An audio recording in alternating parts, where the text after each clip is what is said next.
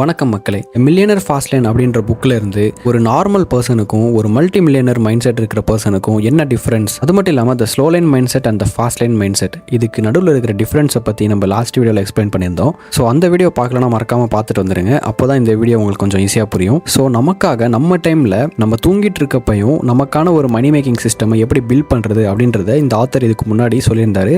So நம்ம அதை last வீடியோலையும் கவர் பண்ணியிருந்தோம். இந்த வீடியோ அதுக்கான பார்ட் 2. ஸோ இந்த வீடியோவில் நம்ம பார்க்க போகிற மிக முக்கியமான ஒரு டாபிக் என்ன அப்படின்னு பார்த்தீங்கன்னா, follow fashion is half truth. அதாவது உங்க பேஷனை ஃபாலோ பண்ணுங்க அப்படின்னு சொல்றது வந்து பாதி உண்மை பாதி பொய். என்ன ப்ரோ சொல்றீங்க, பேஷனை ஃபாலோ பண்ணுன்னு எல்லாருமே சொல்லுவாங்களே, அதுவும் மோட்டிவேஷனா இருக்குமே, அதுவும் நல்ல விஷயம் தானே, அதுல என்ன வந்து பாதி தப்பு இருக்க போகுது அப்படின்னு நீங்க கேட்கலாம். ஆனா ரியல் லைஃப்ல பேஷனை ஃபாலோ பண்றேன்னு சொல்லி கிளம்புன நிறைய பேரோட லைஃப் சக்சஸ்ஃபுல்லா முடிஞ்சிருக்கா அப்படின்னு கேட்டீங்கன்னா அது ஒரு மிகப்பெரிய கொஸ்டின் மார்க் தான். பிகாஸ் பேஷன் டசன்ட் கேரண்டி மணி. நீங்க உங்களுக்கு பிடிச்ச பேஷனை ஃபாலோ பண்றீங்க அப்படின்றனால மட்டும் உங்களுக்கு மல்டி மில்லியனராவோ இல்ல ஒரு மிகப்பெரிய பணக்காரனாவோ மாறணும் அப்படின்ற தேவை கிடையாது, அவசியமும் கிடையாது. ஃபார் எக்ஸாம்பிள், இப்போ உங்களோட பேஷன் வந்து கேமிங் அப்படின்னா, இந்த கேமிங் விளையாடுறது மூலியமா மட்டுமே உங்களால பணம் சம்பாதிக்க முடியுமா அப்படின்னு கேட்டீங்கன்னா முடியாது. அதை நீங்க எப்படி மார்க்கெட்க்கு ஏற்ற மாதிரி பீப்புள்கிட்ட கொண்டு போய் சேர்க்குறீங்க அப்படின்றதுல தான் மெயின் ஃபோக்கஸே இருக்கு. Market doesn't care what you love. உங்களுக்கு என்ன பிடிக்கும் பிடிக்காது அப்படின்றது மார்க்கெட்டுக்கும் நார்மல் மக்களுக்கும் தேவை கிடையாது. நீங்க என்ன வேல்யூ கிரியேட் பண்றீங்க,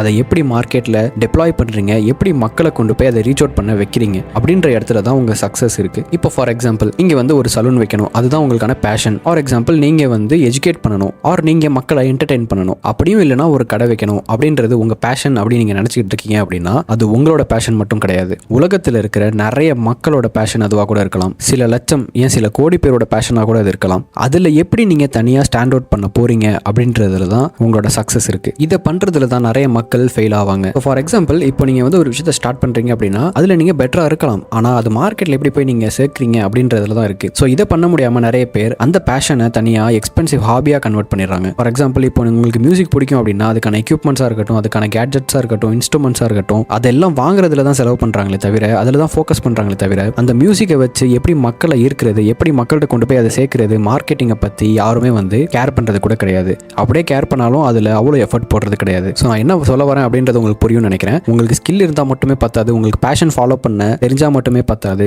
அதை எப்படி மக்கள்கிட்ட கொண்டு போய் சேர்க்கிறோம் அப்படின்றதுல தான் இருக்கு. அஃப்கோர்ஸ் நான் லாஸ்ட் வீடியோல சொன்ன மாதிரி எத்தனை பீப்புளுக்கு உங்க சர்வீஸ் கொண்டு போய் சேர்க்கிறீங்களோ அவ்வளோ தூரம் உங்களால வெல்த் பில்ட் பண்ண முடியும். ஃபார் எக்ஸாம்பிள், ஒரு சில பேர் சிங்கரா இருப்பாங்க, ஆர்டிஸ்டா இருப்பாங்க, எடிட்டரா இருப்பாங்க, டேலண்ட் இருக்கும், ஆனா இன்கம்னு பாத்தீங்கன்னா அவ்வளோ இருக்காது. நமக்கே வந்து ஷாக்கா இருக்கும், எதுக்கு இந்த பர்சன் இவ்வளோ போராவே இருக்காரு, இவ்வளோ ஸ்கில் வச்சுமே எப்படி இவ்வளோ தூரம் வந்து கம்மியான சேலரி ஏர்ன் பண்றாரு அப்படின்ற கொஸ்டின் நிறைய பேருக்கு இருக்கும். ஆனா அதுக்கான ரீசன் இனஃப் அட்டென்ஷன் அவர் கிரியேட் பண்ணல, இனஃப் டிஸ்ட்ரிபியூஷன் பண்ணல, இனஃப் மார்க்கெட்டிங் பண்ணல. இது கேட்கறது கஷ்டமா தான் இருக்கும், ஆனா உண்மை என்னவோ இதுதான். உங்களுக்கு ஒரு விஷயம் பிடிக்குது அப்படின்றனால மட்டுமே மணி வந்து ஆட்டோமேட்டிக்காக உங்களுக்கு வராது. நீங்கள் அந்த விஷயத்தில் எவ்வளோ தூரம் ஃபோக்கஸ் கொடுக்குறீங்க, எவ்வளோ எஃபர்ட் போடுறீங்க, முக்கியமாக மிக மிக முக்கியமாக எப்படி அதை கொண்டு போய் உங்கள் டார்கெட்டட் ஆடியன்ஸ்ட்டை கொண்டு போய் சேர்க்குறீங்க அப்படின்றதுல தான் உங்களோட சக்ஸஸே இருக்குது. ஸோ எப்படி ப்ரோ நான் போய் இதெல்லாம் கொண்டு போய் சேர்க்குறது அப்படின்னு பார்த்தீங்க அப்படின்னா ரொம்பவே ஈஸி தான். ஒரு சின்னதாக ஒரு கால்குலேஷன் போட்டு பாருங்கள். உங்கள் பேஷன், உங்கள் ஸ்கில் ரியல் லைஃப்பில் இருக்கிற ப்ராப்ளமை சால்வ் பண்ணி உங்கள் ஆடியன்ஸை சாட்டிஸ்ஃபை பண்ணுமா, ஆர் நீங்கள் கொடுக்க சர்வீஸ் மக்களை என்டர்டெயின் பண்ணுமா அப்படின்ற எல்லா விதத்துலையும் யோசிச்சிங்க அப்படின்னா உங்களுக்கு கடைசியில் ஒரு ஆன்சர் கிடைக்கும். ஸோ அதிலே உங்களுக்கு தெரிஞ்சிடும் உங்கள் பேஷனை வச்சு நீங்கள் எவ்வளோ தூரம் மணி மேக் பண்ண முடியும், எவ்வளோ தூரம் மானிட்டைஸ் பண்ண முடியும் அப்படின்றது. ஸோ சிம்பிள் தான். இந்த மாதிரி உட்காந்து ஒரு பேப்பர் பெண்ணை எடுத்து எழுதி பார்த்தீங்கனாலே தெரிஞ்சிடும் டாப் டு பாட்டம் என்ன முடியும் முடியாது அப்படின்றது.